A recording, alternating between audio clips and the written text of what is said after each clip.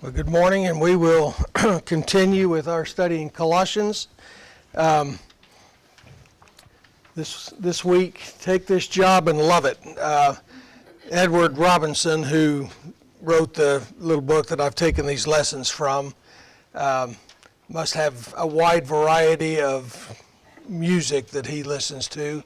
After Tupac Shakur last week, this one obviously is taken from Johnny Paycheck's song, Take This Job and Shove It, which is more like what most people feel, or a lot, I won't say most people, but a lot of people feel that about their day-to-day job that they have to go to. Take this job and shove it, I ain't working here no more. And then he goes on to talk about what he thinks of the boss and so forth. However, Paul's view of how we should think about this is quite different. Let's start off in Colossians chapter 3, verses 22 to 24, and kind of keep a finger in there or a bookmark in there, because we'll come back to some of these verses and around here a few times. But to the Colossians, Paul says, "Slaves, in all things obey those who are your masters on earth, not with external service as those who merely please men, but with sincerity of heart, fearing the Lord. Whatever you do, do your work heartily as for the Lord rather than for men, knowing that from the Lord you will receive the reward of the inheritance. It is the Lord Christ whom you serve." About the same time, or from the same place, Paul also wrote to the Ephesians. I don't know, there's a few reasons that this subject may have been on his mind, but he said something pretty similar to the Ephesians in Ephesians 6, 5 through 9. "Slaves, be obedient to those who are your masters according to the flesh, with fear and trembling, in the sincerity of your heart, as to Christ, not by way of eye service as men pleasers, but as slaves of Christ, doing the will of God from the heart. With good will render service as to the Lord and not to men, knowing that whatever good thing each one does, this he will receive back from the Lord, whether slave or free. And masters, do the same thing to them, and give up threatening, knowing that both their master and yours is in heaven, and there is no partiality with him." So he adds a little bit more this verse here. We'll see what he says to the Colossians later, but he adds a little sentence there to the masters as well, as he talks to the Ephesians. When he wrote to Timothy, who is working in Ephesus, he says something as well. "All who are under the yoke as slaves are to regard their own masters as worthy of all honor, so that the name of God and our doctrine will not be spoken against. Those who have believers as their masters must not be disrespectful to them because they are brethren, but must serve them all the more, because those who partake of the benefit are believers and beloved. Teach and preach these principles." So he's telling Timothy to also teach these things. This is kind of interesting. Talks about how the slaves are to treat their masters, not just the other way around, but don't be disrespectful to them either. I flew with a guy when I was flying for Delta. His name was Tahir. He had grown up in Sudan. His father was Sudanese, his mother was Russian, and they owned slaves. And we got to talking, and I'm thinking, how do you justify that? And he goes, "Well, that was a good thing." He said, "The slaves were the lucky ones because we took care of them and we fed them." He said, had they not been our slaves, they would have been on the streets, and you know, we educated them, and then when they got older, we released them, and they were the ones that were fortunate in that society. And it was interesting because I flew with him 2 or 3 times, and he was very convinced that slavery, where he was from, was a good thing. I don't know what all the situation was here, but we have talked, and we'll talk a little bit more today about Onesimus, and we'll talk some more about Philemon and so forth, and their relationship. But even today, not in the U.S., but in places around the world, slavery is still a very real thing, which I still to this day can't get over. Yes? Of course, we do not have slavery today. Maybe this is not exactly what this verse is talking about. But I have found that if you treat your employees the way they should be treated, as the latter part of that verse talks about, or is verse 1 in chapter 4. Yep. If we treat them that way, then they will just automatically be glad to work with us and do the things they're supposed to do for the employers. So it's a two-way street, and we will get to that. And where we're going, we don't have slavery. None of us have been slaves, nor owned slaves, or know slaves personally. And so we're going to adjust this to the employee-employer relationship, which I think a lot of these principles are also to work with those. One more scripture as we're kind of getting the foundation for what we're looking at. Peter said, "Servants, be submissive to your masters with all respect, not only to those who are good and gentle, but also those who are unreasonable. For this finds favor, if for the sake of conscience toward God a person bears up under sorrows when suffering unjustly. For what credit is there if when you sin and are harshly treated, you endure it with patience? But if when you do what is right and suffer for what you patiently endure it, this finds favor with God." So, as somebody who is working for somebody else, if you work hard for them, whether they're pleasant or not pleasant, and many of us have probably had bosses that were not particularly pleasant. You didn't want to go there, you didn't want to be there. They're jerks in whatever various ways.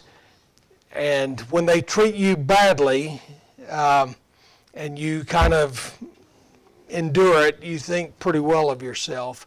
But however they treat you, good, bad, or indifferent, work because you're working for God, not just for that boss.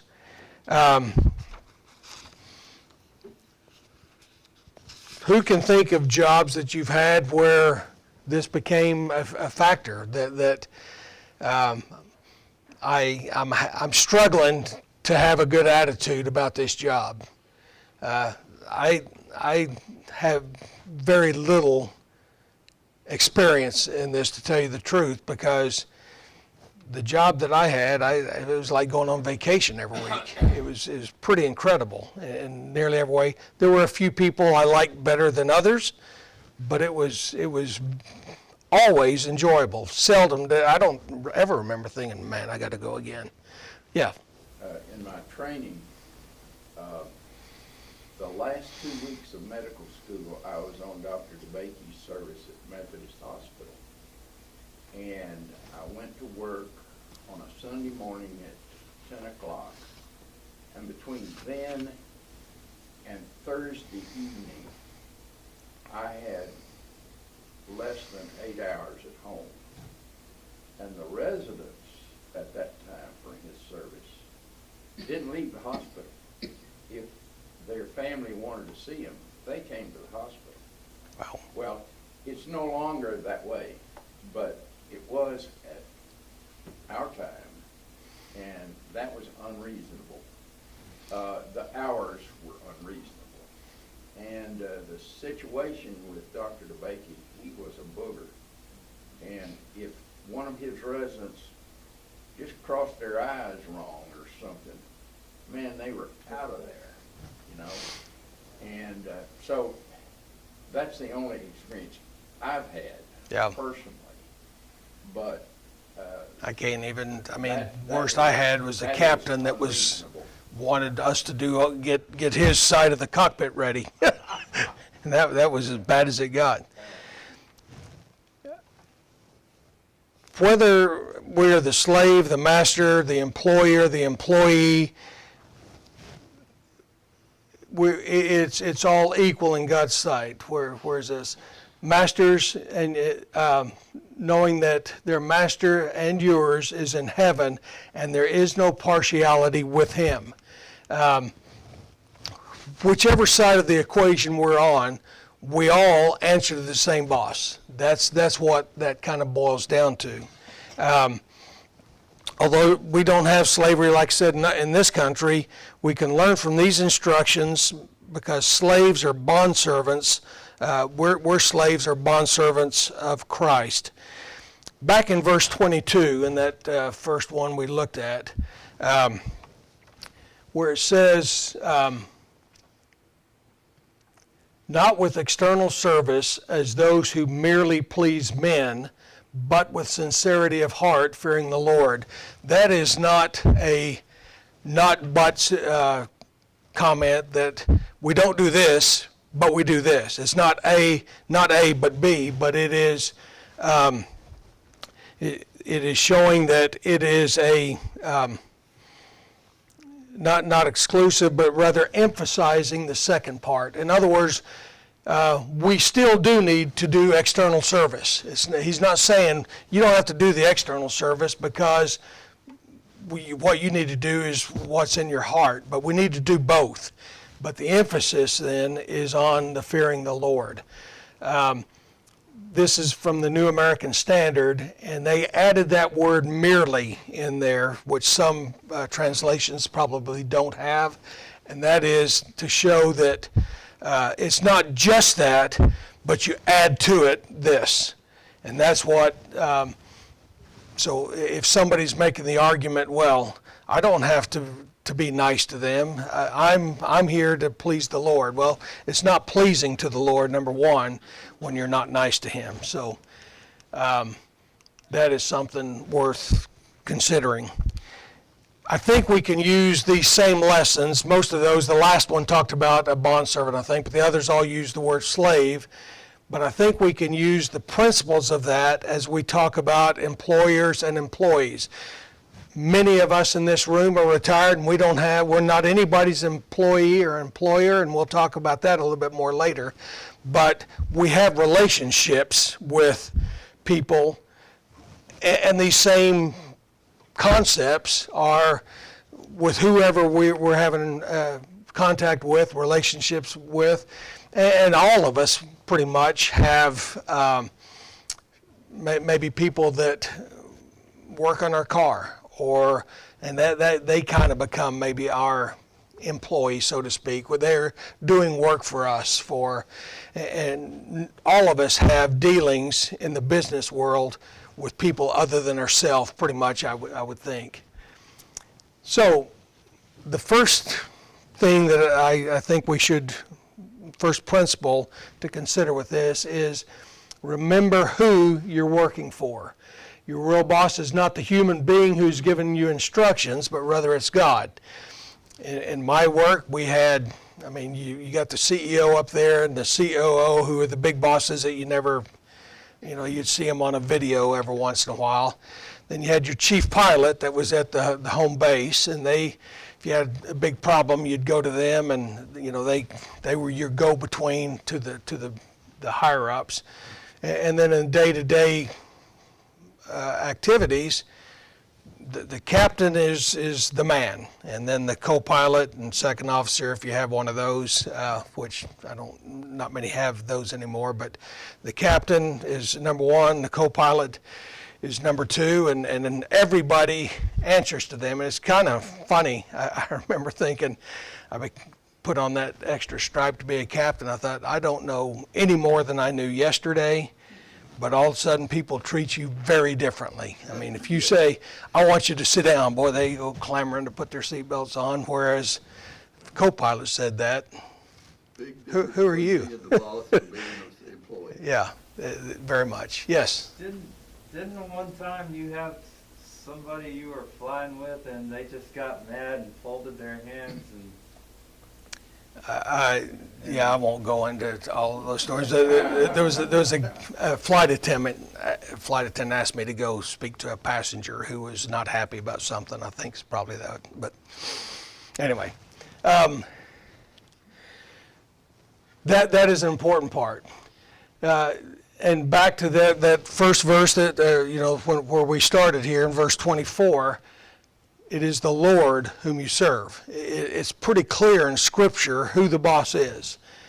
And then in 1 Corinthians 10:31, whether then you eat or drink or whatever you do all to the glory of God. When we interact with people, we are ambassadors of God.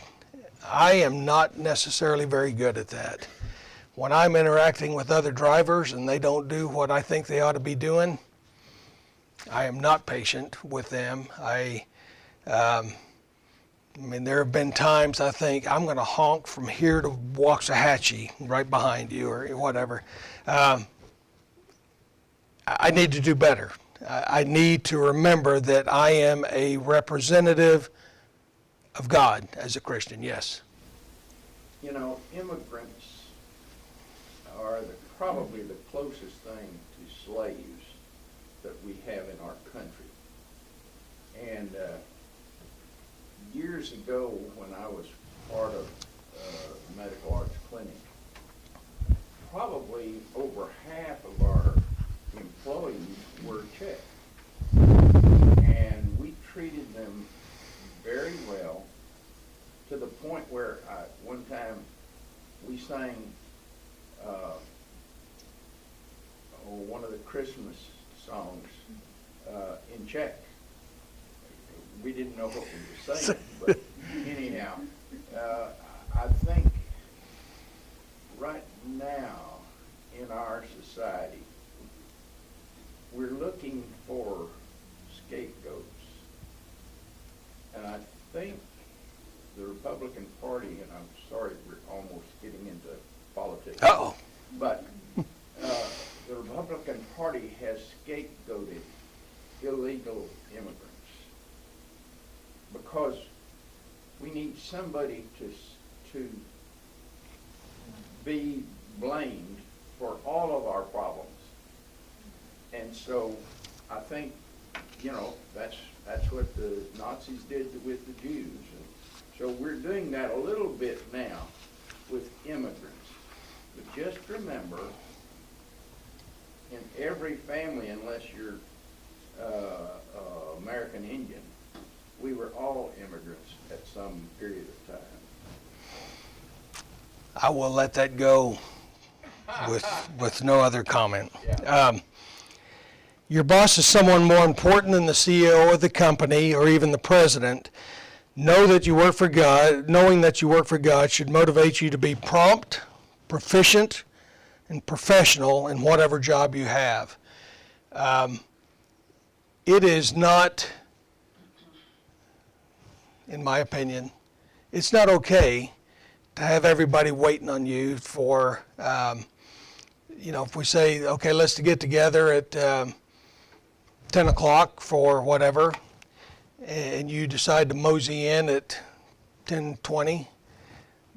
That was not the agreement. It might not have been a handshake between everybody, but when you make a decision, we owe it to each other to be courteous to each other, to treat each other the way you'd want to be treated. And I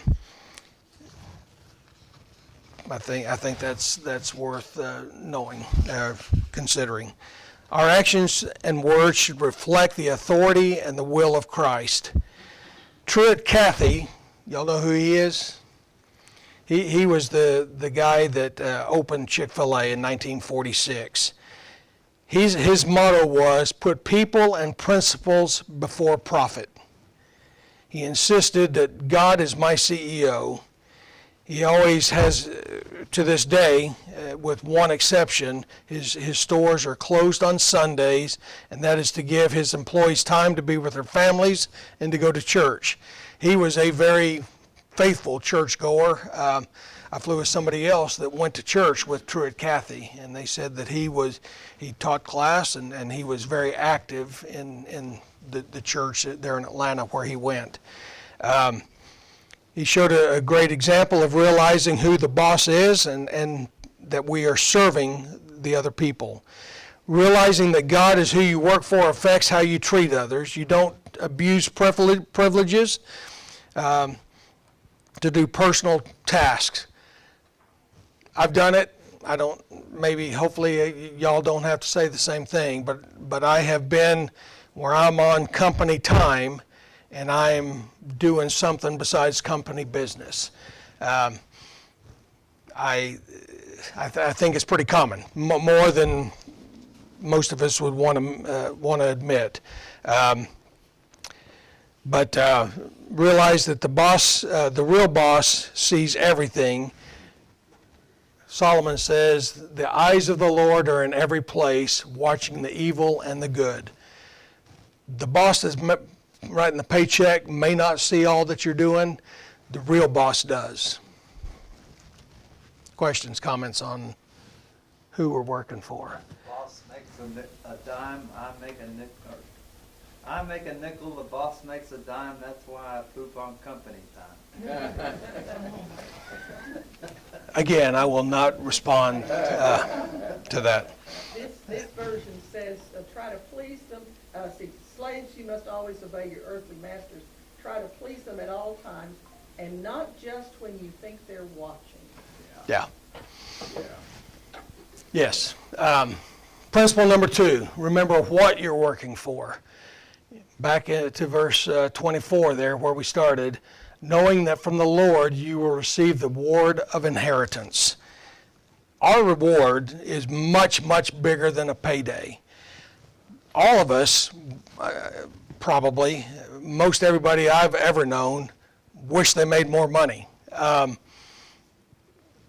You can make a lot of money, and rich people also wish they made more money. Now, some are pretty generous with what they have and so forth. I don't know very many people that think, no, you're paying me too much, cut that down. It probably happens occasionally, but not often. Most people, they want more money and they want better benefits. That's the other thing, the benefits. The benefit. In payroll, you see who gets paid, and you're like, oh no, they don't deserve that much. Yeah, somebody else may not think that they do, but they whoever the paycheck is for probably thinks they deserve more. It's good to get a good benefit package with health care and life insurance and prenatal and vision and dental and all of those things, but God has a better benefit package than any of those will ever give us. Psalms 103 says, bless the Lord, O my soul, and forget none of his benefits, who pardons all your iniquities, who heals all your diseases, who redeems your life from the pit, who crowns you with loving kindness and compassion, who satisfies your years with good things, so that your youth is renewed like the eagle. There is not a benefit package that any company has that is better than somebody who can heal pardon your iniquity, heal your diseases, redeem your life from the pit. That's way better than what we have here on this earth. And we need to remember that the boss that we're working for that matters gives us these kind of things. Yeah. And there's another benefit to working for the Lord, no matter what your direct supervisors are like. I was in a position one time where I had 2 direct supervisors at the same time. Won't go into why that happened, but the president thought it was a good idea, so he did it.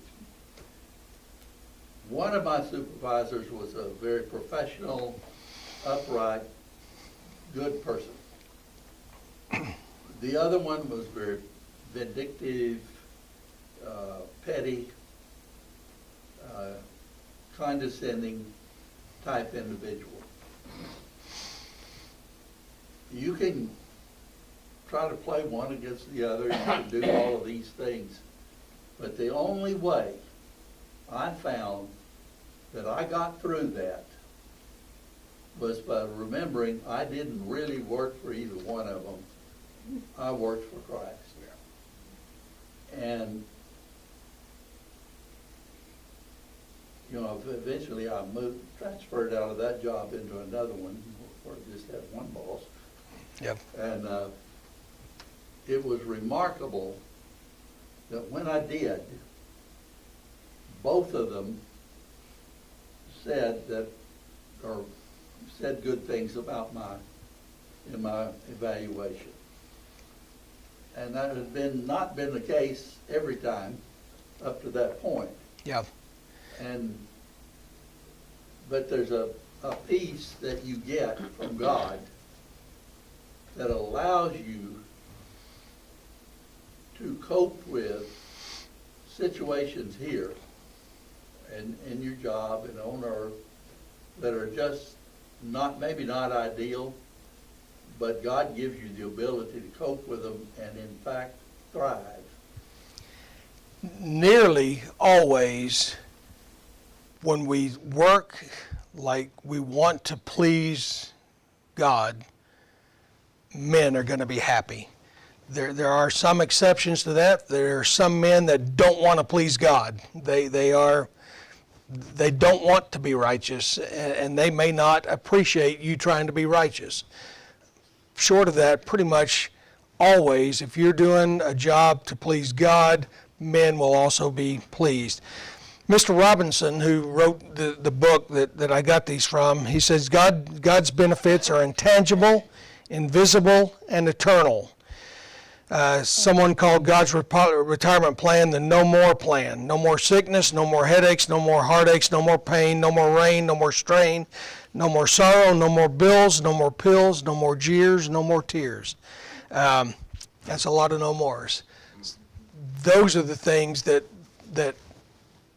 God takes away from us in eternity. Yes. Sometimes Christians might be in a dilemma if they're working for an employer who does not have those godly principles and asks them, sometimes tells them, to do something that would be maybe illegal if not immoral or unethical. Yep. And then the Christian has to decide. And I know this had happened at Karen one time in one of her employment situations, and she would not go along with the request. We got a verse coming up that says exactly that. But first, 1 Peter chapter 1 says, "Blessed be the God and Father of our Lord Jesus Christ, who according to his great mercy has caused us to be born again to a living hope through the resurrection of Jesus Christ from the dead," and the part that I wanted us to look at, "to obtain an inheritance which is imperishable and undefiled and will not fade away, reserved for you in heaven." We get to go to heaven. If we live our lives the way that we've been asked to live them and had an example of how to live them and so forth, we get this benefit plan way better than any benefit plan others may have for us.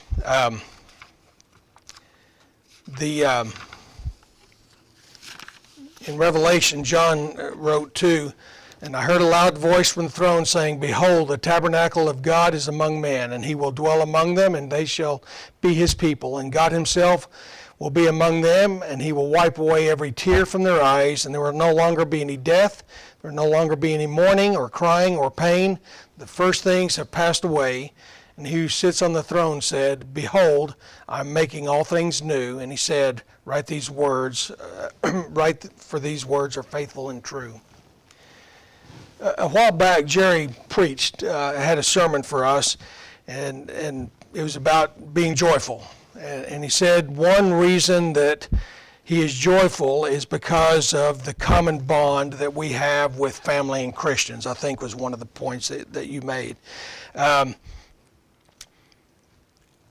lot of times, the workplace does not have that kind of a common bond that we have with other Christians. It is a different type of relationship that sometimes we have at work than what we have with people in this room. It was interesting when I came out of I went to Christian high school, Christian college, went to work then teaching at Lubbock Christian High School, and my whole life had been around Christians. Next, I went to the Air Force, and it was a different world. There were some good people that were patriotic in many ways and wonderful, but it was a different class of people than what I had been with for the last, well, all my life, really, to that point. It's not always that we find that what gives us reason for joy when we're out in the world. Paul stresses that we should work on family relationships. Talks about instructions to husbands and wives. If somebody still has your finger there in Colossians, the verses that we started with, read Colossians 3:18 through 21. Wives, submit to your husbands as is fitting in the Lord. Husbands, love your wives and do not be harsh with them. Children, obey your parents in everything, for this pleases the Lord. Fathers, do not embitter your children, or they will become discouraged. You want me to continue? Nope, that's good, thank you. Another one is very similar, Ephesians. It's amazing how much similarity there is between Colossians and Ephesians. But Ephesians 6, children, obey your parents in the Lord, for this is right. Honor your father and mother, which is the first commandment with the promise, so that it may be well with you and that you may live long on the earth. Fathers, do not provoke your children to anger, but bring them up in the discipline and instruction of the Lord. Then he also goes in talking about slaves. Sometimes we are around people who lie, cheat, steal, backbite. They're not like us. I mentioned that nearly always when we work and treat people like knowing that we're doing this for God more than for our boss, things work out well. However, Jesus said, and I don't guess I have it up there, but Jesus said, if the world hates you, you know that it has hated me before it hated you. If you were of the world would love its own. But because you are not of the world, but I chose you out of the world, because of this, the world hates you. John 15:18-19.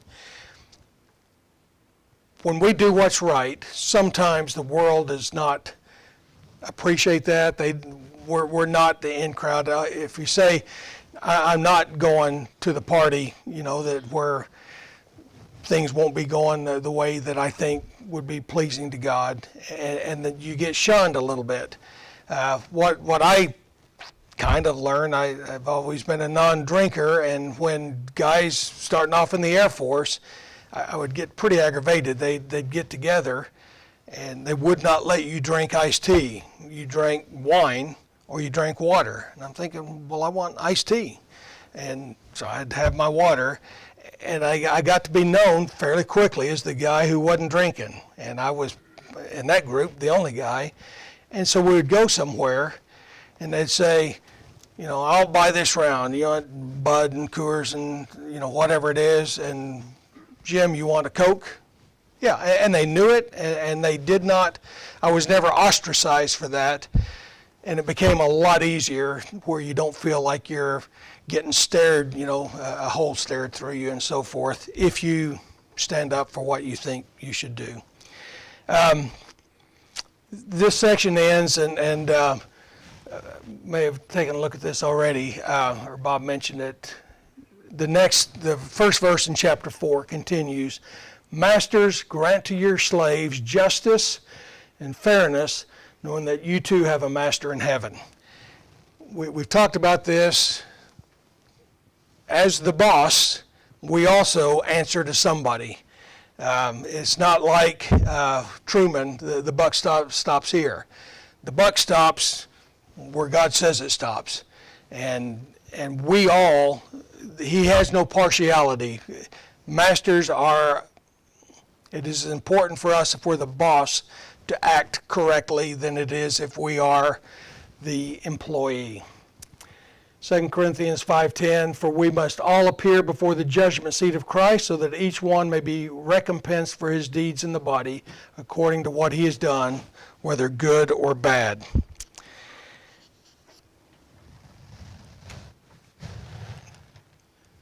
And what Charles mentioned a while ago, but Peter and the apostles answered, we must obey God rather than man. When those conflict, hopefully not very often, but when they do, God, remember, God is the real boss. These people here that are putting pressure on you to do illegal, immoral, just maybe it just hurts your conscience or whatever, obey God rather than man. One other thing that I wanted to bring out, which I thought it was quite interesting as I read through it.